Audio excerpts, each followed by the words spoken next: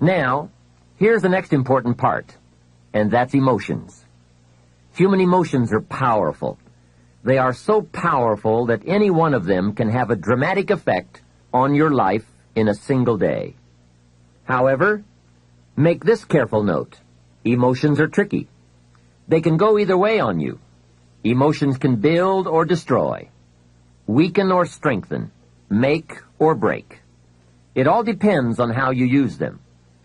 We call civilization the intelligent management of human emotion. That's it. The power, given an intelligent direction and objective, can accomplish spectacular things. The power, the feelings, those surges of heart and soul. What are they? What can they do? Well, here are some. First, disgust. Disgust is a powerful emotion. Disgust says, I have had it. Hey, that could be the day that turns your life around. That's what I said the day that little Girl Scout came to my door. I give her the big lie, she leaves, and I say to myself, I don't want to live like this anymore. I've had it with being broke. I've had it with being embarrassed. And I've had it with lying. What a day. A life-changing day. The day when you've had it. And whether it's something major or something small, the day you can say enough is enough. That could be the life-changing day. The man has finally had it with being a loser. He's had it with mediocrity. He's had it with those awful sick feelings inside, knowing his wife is at the grocery store looking at 2 cans of beans, one marked 69 cents and one marked 67 cents. The man knows his wife is going to buy the 67-cent can, and she doesn't even like the brand. Know why she's going to buy the 67-cent can? To save 2 cents. The man sick inside says, I've had it with being on my knees in the dust looking for pennies. We are not living like this anymore. Look out. That's the day. The I've had it day. The never again day. The enough is enough day. Powerful. Hey, nothing is so life-changing as a powerful disgust. And there's probably nothing so pitiful as a mild disgust. The man says, I kind of think I've had it. How sad. Not powerful enough for life change. Now here's the second emotion, decision. Decision-making is emotional. Those knots in the pit of your stomach, waking up in the middle of the night, lying there in a cold sweat, trying to decide. We sometimes call it inner civil war, conflict, battle of the mind, heart, and soul. It's emotional. It's powerful and critical. It sets the course or blinds the course. It sets the mind or leaves us helpless, drifting, not being able to make up our mind. Well, for progress, we must decide. Come to grips with the surges, the tides, the conflicts. The best advice I can give you is, if it's easy, do it easy. If it's hard, do it hard. Just get it done. If after listening to this program you cleaned up a whole list of decisions, that might furnish enough inspiration for the next 10 years. And I might add, sometimes getting on with it is easier than deciding. Sometimes deciding is the toughest part. But once you have waded those waters, you can climb the mountain. Deciding is truly the day that turns your life around. Next is desire. Wanting to bad enough. And I don't know how to tell you to want to. You have to come up with that. There are 2 things, however, that I know about desire. First, it comes from inside, not outside. You don't send off for it, although some people try. And second, desire can be triggered. Sometimes it waits and sleeps, waiting for something to happen. And who knows what that trigger, that happening might be. Maybe it's a song, maybe it's a sermon, maybe it's a movie, a lecture, a seminar. Maybe it's a conversation with a friend, a confrontation with an enemy, an event, a day, a bitter experience. Whatever it is, it's good. Sometimes from the bitterest experience comes the greatest awakening. Here is some of my best advice to you. Welcome every human experience. You never know which one is going to turn it all on. Don't keep up the walls. The same wall that keeps out disappointment keeps out happiness. Let life touch you. Don't let it kill you, but let it touch you. It could be the next touch that makes the day that turns your life around. And here is the last emotion, resolve. Resolve says, I will. Two of the most powerful words in the language, I will. Benjamin Disraeli once said, nothing can resist a human will that will stake even its existence on the extent of its purpose. Shortly put, I'll do it or die. That could be the day. The man says, I will climb the mountain. They've told me it's too high, it's too far, it's too steep, it's too rocky, it's too difficult. But it's my mountain. I will climb it. Pretty soon you will see me waving from the top or dead on the side because I'm not coming back. Hey, that's powerful. Time and fate and circumstance call a hasty conference, and they all agree.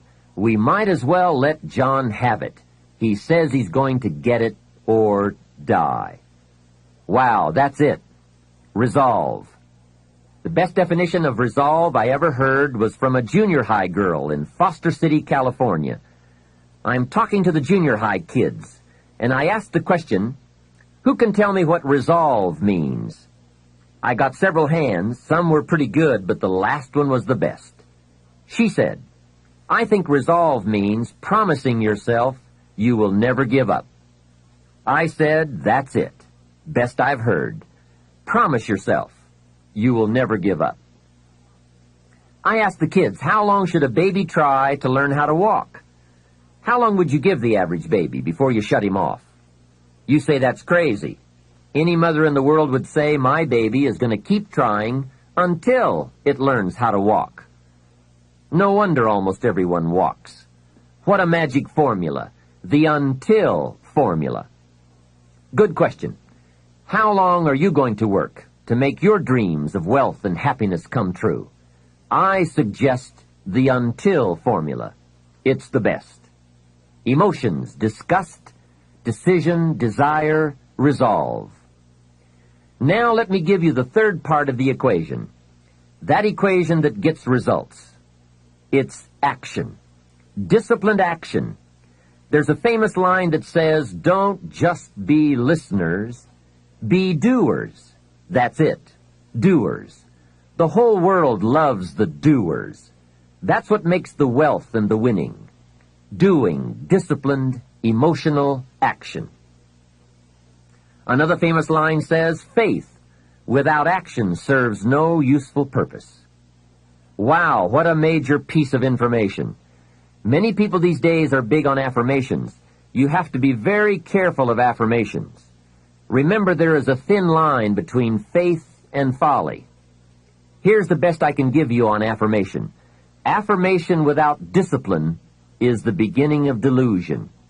And there is nothing worse than delusion. Walking west looking for the sunrise. It's bad. However, affirmation with discipline can bring the most incredible results. But remember, they go together. Make sure you have a game plan to match your wishes. Otherwise, they will always be wishes.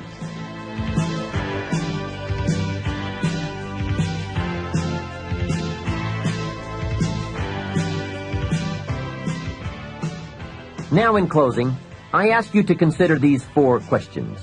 I call them questions to ponder. The first question is why? Why should you try? Kids often ask, why? It's a good question. Ask yourself, why get up that early? Why work that hard? Why read that many books? Why make that many friends? Why go that far? Why earn that much? Why give that much away? Why put yourself through all those disciplines? Why is an excellent question. The best answer I know to the question why is the second question to ponder. Why not? What else are you going to do with your life? Why not see how far you can go, how much you can earn, or read, or share? Why not see what you can become, or how far you can go? Why not? You have to stay here until you go. Why not? The third question goes a bit further. Why not you? Some people have done the most incredible things with a limited start. Why not you? Some people do so well they get to see it all. Why not you? Why not you watching the morning mist rise over the mountains of Scotland, soaking up history in London, or exploring the mysteries of Spain? Why not you having lunch in one of those neat little sidewalk cafes in Paris? There's nothing like a stroll through the Palace of Versailles. Someday you must gaze directly at the Mona Lisa. Why not you on a sailing schooner in the Caribbean? 2 weeks there and you lose all your cares. I can show you where to find the most exquisite seashells in Australia. I know where they are. Why not you? Why not you shopping on Fifth Avenue in New York City, staying at the Waldorf, or having sliced roast goose on a bed of apple strudel at Luchow's? Stop off and drink in an Arizona sunset. Take a quiet walk along the beach with that incredible feeling, knowing you are enjoying the result of a disciplined effort. Why not you, with an unusual awareness to the heartbeat of life? Why not you? The last question is the key to action. Why not now? Why postpone your better future any longer? Get at it today. Get some new books, make a new plan, set a new goal. Ask some new questions, lock onto a new resolve, make a new effort, and do it all now. Another thing is to ask for God's help, which may sound a little strange. This is not a religious program. My personal word would be that humans are unique, but we could all use a little extra help. Of course, it's a two-way street. I think God will do His part if we will do our part. During this program, we have talked about our part. There is a story about a man who took a rock pile and in 2 years turned it into a fabulous garden, and people came from everywhere to see it. One day a man came by, saw the garden, and thought it was fabulous, but he wanted to make sure the gardener did not take all the credit.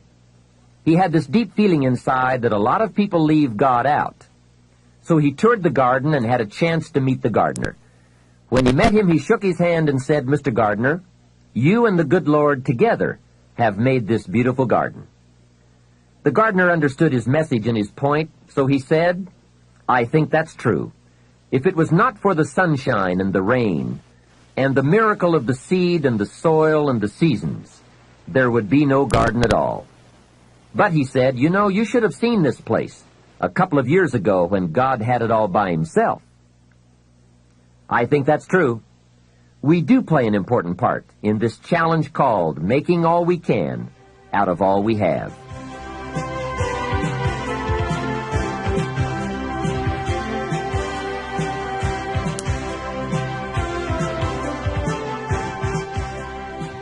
Well, we have shared a feast together during these cassette sessions, a feast of ideas that can, if we'll digest those ideas, satisfy our lifelong appetite for both wealth and happiness.